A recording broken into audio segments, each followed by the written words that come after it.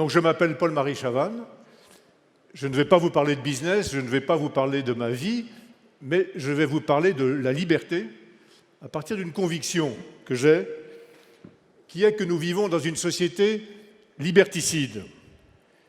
Progressivement, la liberté de penser, d'agir, de s'exprimer est restreinte par la mise en place de toute une série de contraintes qui fait que nous passons d'une société vraiment libre, c'est-à-dire d'une société où tout ce qui n'est pas expressément interdit est permis, à une société de liberté conditionnée où tout ce qui n'est pas expressément autorisé est défendu.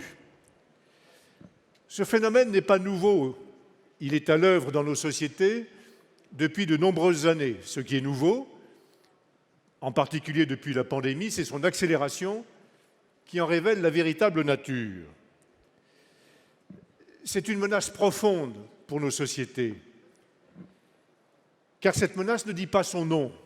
Elle ne s'oppose pas au principe de liberté, elle en réduit l'exercice en subordonnant celui-ci à de multiples conditions.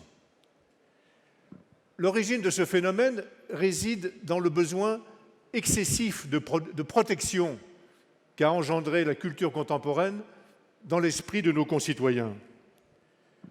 À vouloir protéger contre tous les risques, la culture contemporaine finit par déconsidérer l'idée même de risque. Et pour conjurer le risque, nos contemporains sont prêts à tout, y compris d'abandonner toute leur liberté, comme nous venons de l'expérimenter. Le moyen privilégié de la culture contemporaine pour conjurer le risque, c'est la norme.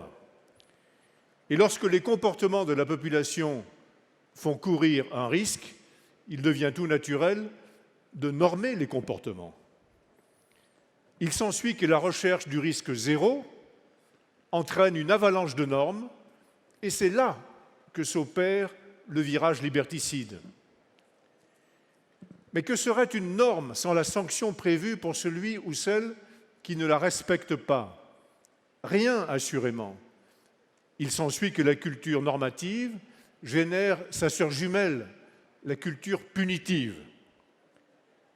L'intensification de la culture punitive est évidente dans tous les domaines de la vie sociale. Elle produit un réflexe d'aversion généralisée au risque. L'aversion au risque incline à la conformité. De la conformité à la soumission, il n'y a qu'un pas, et c'est ce pas que nous sommes en train de franchir allègrement. Alors il est temps de réagir, il est temps de prendre le parti de la liberté, il est temps de faire le pari de la liberté. Tous les plans sont concernés par ce combat, philosophique, politique, économique. Je m'attacherai dans la suite au seul plan économique en pointant la responsabilité particulière des entrepreneurs dans ce combat. L'entrepreneur est par nature épris de liberté. L'entrepreneur est par nature prêt à prendre des risques.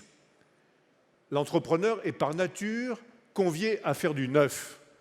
Et le neuf échappe à la norme. Il s'ensuit que l'entrepreneur est par nature créateur de liberté, car il étend le champ des possibles, il élargit la palette des choix.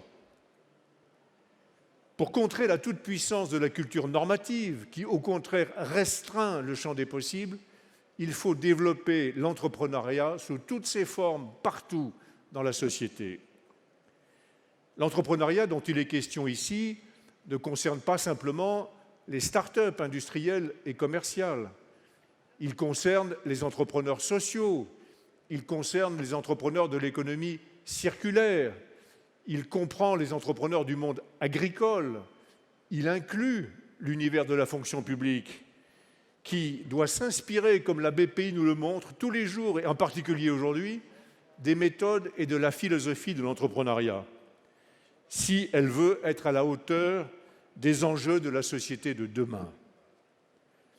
Il y a enfin le monde politique qui conçoit beaucoup trop sa mission comme étant axée sous l'angle de la protection, alors que son rôle est de promouvoir la société de demain en cohérence avec nos valeurs fondamentales, au premier rang desquelles se situe la défense de la liberté, la défense des libertés. Nous sommes donc à la croisée des chemins.